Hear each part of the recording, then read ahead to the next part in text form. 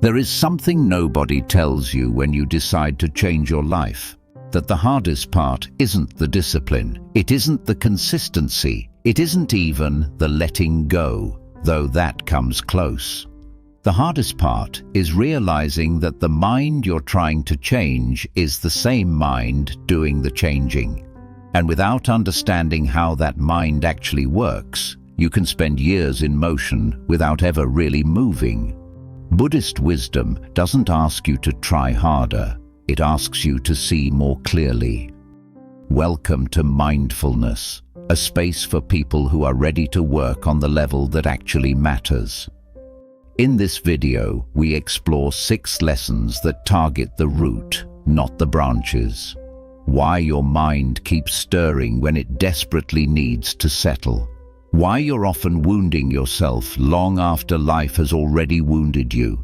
Why the patterns you built for survival eventually become the walls you live inside. And why the gap between what happens and how you respond is where your entire freedom quietly lives. Let's begin. 1. The jar of muddy water. Why your mind isn't broken, it's just unsettled. Most people who find their way to Buddhist philosophy arrive with the same quiet hope that someone will finally tell them how to fix their mind. But Buddhism begins with a different question entirely. What if your mind doesn't need fixing? There's a simple image from early Buddhist teaching that rarely gets attention because it's almost too quiet to notice. Imagine a jar filled with water and soil. When you shake it, the water turns dark and cloudy. You can't see through it. Now imagine setting that jar down and doing nothing, just letting it be still. Within minutes, the soil settles, the water clears. Not because you added anything or removed anything, simply because you stopped disturbing it. Your mind is that jar. The clarity you're searching for isn't something you have to build. It's already there, underneath the constant stirring. Every anxious thought, every loop of self-criticism, every rehearsed conversation, that's the shaking. And most of us have been shaking the jar for so long, we've forgotten the water was ever clear. But here's where this cuts deeper than expected. The reason we keep stirring isn't weakness. It's because we were taught that stillness equals giving up. That if you're not thinking your way through a problem, you're avoiding it. So we keep going. We call it processing. We call it planning. And the jar never clears. The insight here isn't that thinking is bad, it's that compulsive thinking, the kind that circles without resolving, is what keeps you stuck. There's a difference between the thought that arrives and illuminates and the thought that loops and exhausts. The practice is simple and more radical than it sounds. Stop stirring. Every time you choose stillness over the loop, even for 30 seconds, the water gets a little clearer. And in that clarity, change becomes possible. 2. The second arrow. You're not suffering from what happened. You're suffering from what you keep doing with it. Buddhism has a teaching about pain that most people hear and immediately resist, because on the surface, it sounds like it's asking you to feel less. It's not. It's actually asking you to feel more honestly. The teaching goes like this. When something painful happens, it's like being struck by an arrow. It hurts. That's real. That's unavoidable. The first arrow is life. But then something else happens. Your mind picks up a second arrow and turns it on yourself. You replay the moment. You ask why it happened. You decide what it means about you, about others, about how the world works. You build a story around the pain, and then you live inside that story. The second arrow is the one you fire at yourself, and unlike the first, it never stops. Think about something that's been bothering you recently. Not a crisis, just the low-level kind of hurt that won't fully dissolve. Now notice how much of what you're feeling right now is the original event, and how much is the story you've been telling about it.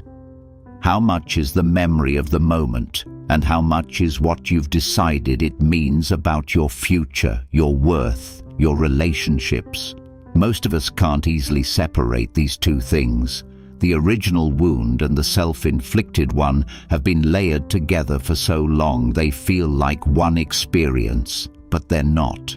This matters enormously when you're trying to change your life, because if you can't locate the second arrow, you'll spend years trying to heal a wound that you're simultaneously reopening.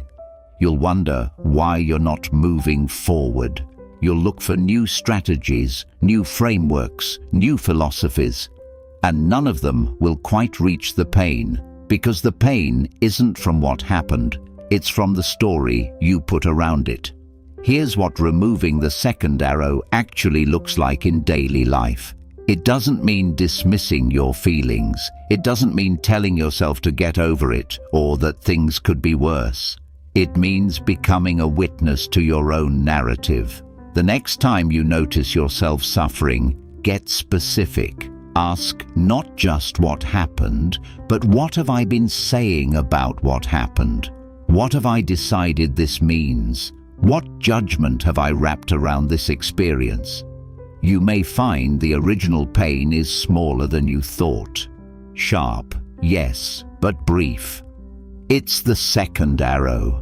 The meaning-making, the self-blame, the catastrophizing that has weight. And meaning, unlike events, can be changed. This is one of the most quietly revolutionary things Buddhism offers. Not the removal of pain from your life, but the recognition that a significant portion of your suffering is self-constructed. And what is self-constructed can be deconstructed, not to feel nothing, but to finally stop hurting yourself on top of whatever life has already brought. 3. The gardener and the seed. You don't force growth, you create the conditions for it. There's a frustration that comes when you've decided to change. You understand the concepts. You know what a different version of your life could look like. And yet, nothing moves. Days pass, weeks pass. You're standing in the same place wondering why understanding isn't becoming transformation. Buddhism has a quiet answer, and it comes from the garden. A gardener doesn't make a seed grow. No amount of will or effort can force a root to deepen. What the gardener does is remove the obstacles, clear the weeds, ensure there's light, water, space. And then the gardener does something most people find almost impossible. They wait, not passively, with steady trust that what has been properly tended will, in its own time, emerge. Your mind is the garden. Your capacity for change is the seed. It's already in you. The question isn't how do you force it to grow, but what conditions are you creating? Most self-improvement approaches focus almost entirely on addition. New habits, new routines, new knowledge. But the gardener's first job isn't to add, it's to clear. Because a seed surrounded by weeds, no matter how much water you give it, cannot fully open. So what are the weeds? They're rarely dramatic. They're the habitual thoughts you return to without questioning. The quiet story you've maintained for years without examining it. The barely noticed belief that where you are is somehow where you'll stay. These don't feel like obstacles. They feel like facts. And that's exactly what makes them so difficult to see. The practice this lesson invites is honest examination without judgment. Where are you quietly closing off the possibility of growth without realizing it? Because once you see the weed clearly, you don't need to fight it. You just stop watering it. Growth will handle the rest. 4. The traveler who carried the boat, when the thing that saved you starts to hold you back. There is a Buddhist parable that doesn't get nearly enough attention, and it goes something like this. A traveler comes to the edge of a wide river. There is no bridge. The water is deep. So the traveler gathers wood, builds a raft, and crosses safely to the other side. Then, out of gratitude, out of attachment, out of fear of needing it again someday, the traveler picks up the raft and carries it on their back for the rest of the journey, through forests, over hills, into the rest of their life. You probably know someone who is carrying a raft. You may be carrying one yourself. Not all of them look like burden. Some of them look like identity. The story of how hard your childhood was, held so tightly it becomes the explanation for everything that hasn't worked since. The self-protective distance you learn to keep in relationships, because once, a long time ago, closeness meant getting hurt. The relentless self-sufficiency that kept you standing when everything was falling, now making it impossible to let anyone in. These were rafts once. They carried you across real water. They worked, and at some point, without a clear moment of transition, they stopped being tools and became weight. This is one of the subtler forms of suffering Buddhism points to. Not the pain of loss or failure, but the pain of holding on too long to what once helped. Because the mind that needed protecting then is not the same mind you have now. The river you crossed is behind you, and the territory ahead requires your hands to be free. The question this lesson asks is one that takes genuine honesty to sit with. What am I still carrying that I originally picked up for protection? What belief, what habit, what version of myself did I build during a hard season that I never put down when the season changed? This isn't about dismissing your past or feeling shame for the ways you survived it. The raft deserves respect. It got you here. But there is a moment in every genuine transformation where you have to set it on the ground and walk forward without it. Not because it was wrong to build it, but because you're not at the river anymore. The Buddhist concept underneath this lesson is sometimes called non-attachment, but that phrase gets misunderstood constantly. It doesn't mean caring about nothing. It doesn't mean holding life at arm's length or cultivating indifference. It means holding things lightly enough that when they've served their purpose, you can release them without a crisis of identity. It means knowing that you are not the raft. You are the traveler, and travelers travel light. Not because they're careless, but because they've learned that the road ahead asks for presence, not cargo. Every identity you've outgrown, every coping mechanism that once protected you and now limits you, every story about who you are that was written during a chapter that has already ended, these can be set down, not all at once, not without grief, but deliberately, gently, one piece at a time. The life you're trying to move toward isn't being blocked by your circumstances nearly as often as it's being blocked by the weight on your back. Put the raft down. The water is behind you. 5. The space between. Why the gap between stimulus and response is where your entire life lives. If you were to trace every moment in your life where things went differently than you wanted, where a conversation turned sharp, where a decision made in haste created months of consequence, where a reaction you couldn't quite stop left you standing in the aftermath wondering how it happened again, almost all of them would share one thing in common. There was no gap. Something happened, and before you had any awareness of choosing, you had already responded. The stimulus arrived and the reaction followed like a reflex, automatic, instantaneous, and completely in charge of your life. Buddhism has understood this mechanism for a very long time, long before modern neuroscience gave it language, and the entire arc of mindfulness practice, stripped of all its cultural context and brought down to its simplest form, is really about one thing: learning to find the gap, and then learning to live in it. Here is what the gap is. It's the space, however brief, between what happens to you and what you do with it. Between the email that makes your chest tighten and the reply you send. Between the comment that stings and the words that come out of your mouth. Between the fear that rises and the decision you make. Most people live their entire lives without ever knowing this space exists because they've never experienced it. Their reactions are so immediate, so habitual, so deeply grooved by years of repetition that the gap is effectively zero. But the gap is always there, even if it's only a fraction of a second, and that fraction is where your freedom lives.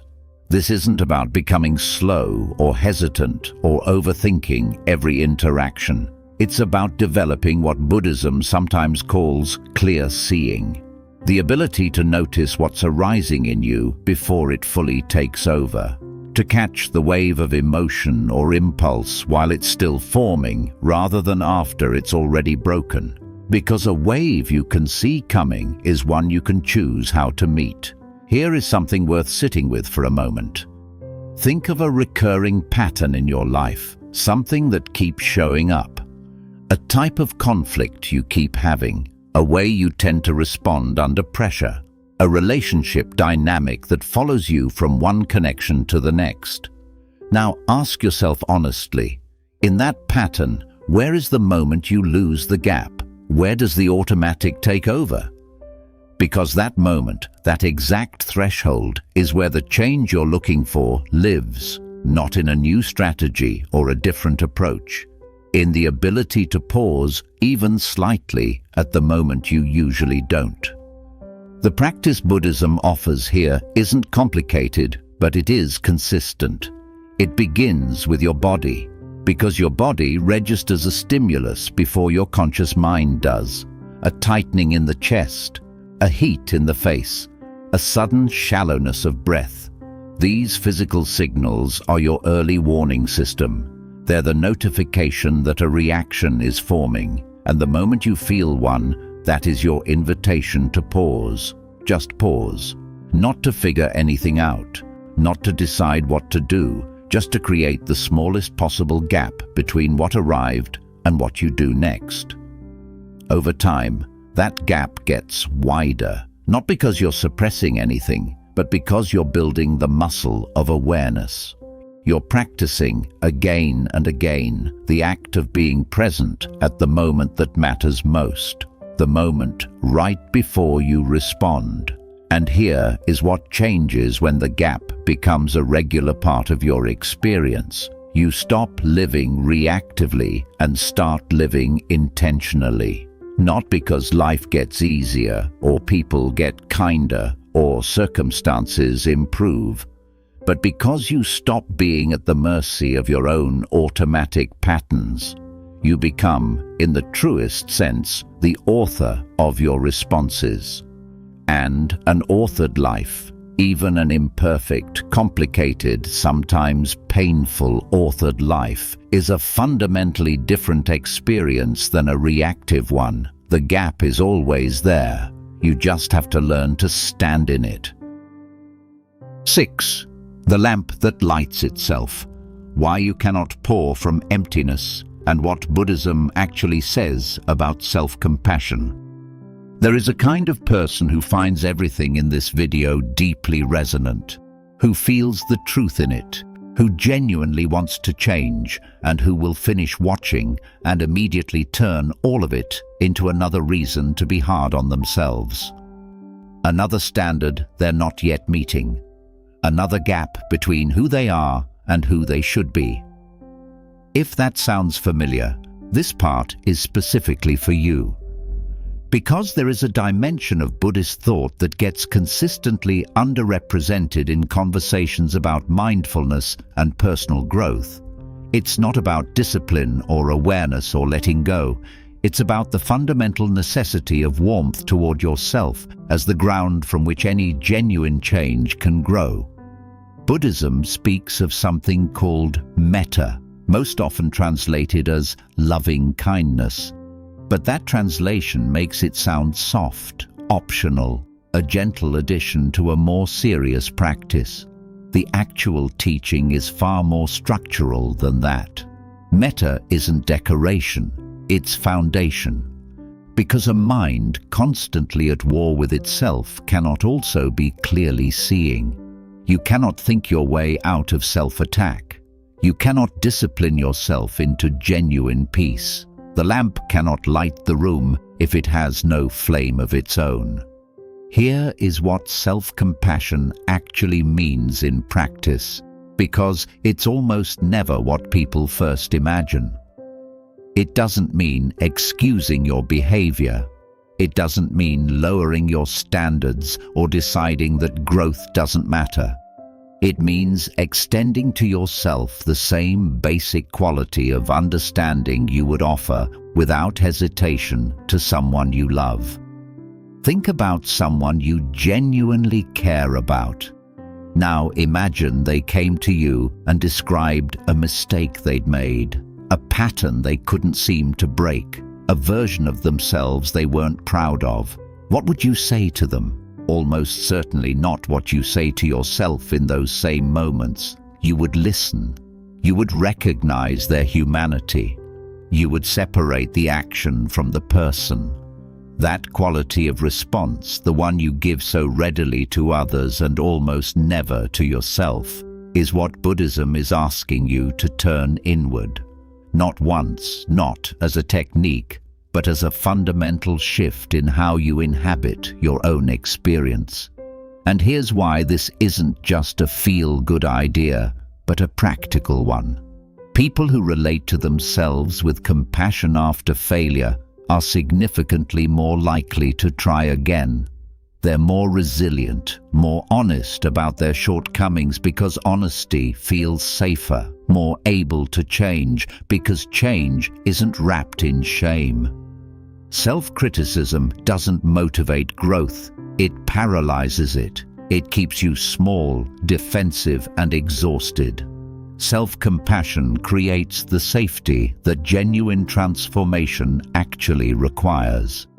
There is a moment in every serious inner work practice where you realize you've been trying to build a new life on a foundation of self-rejection, that you've been using awareness as another weapon. And that moment, uncomfortable as it is a turning point. Because once you see the pattern, you can change the pattern. Start small. The next time you notice yourself spiraling into self-criticism, don't try to stop the thought. Just ask one quiet question. Would I say this to someone I love? If the answer is no, that's enough information. You don't need to manufacture warmth immediately. Just recognize the unfairness of the standard. Recognition is always the beginning. The lamp that lights itself doesn't shine out of depletion or duty. It shines because that is its nature. Your nature, underneath the criticism and the armor and the long history of being too hard on yourself, is not broken. It is just a flame that hasn't been tended. Tend it. Everything else becomes possible from there. Everything you've heard in this video points to the same quiet truth. The life you want to live isn't waiting for your circumstances to change. It's waiting for your relationship with your own mind to change. These 6 lessons aren't a checklist. They're an invitation to look differently at what's already here. Start with 1, the one that felt like it was written for you, because it probably was. If this video reached something in you, subscribe. There are more conversations like this one waiting for you, and share this with someone who's ready to hear it. The people who need this most rarely go looking for it. Sometimes it just has to find them.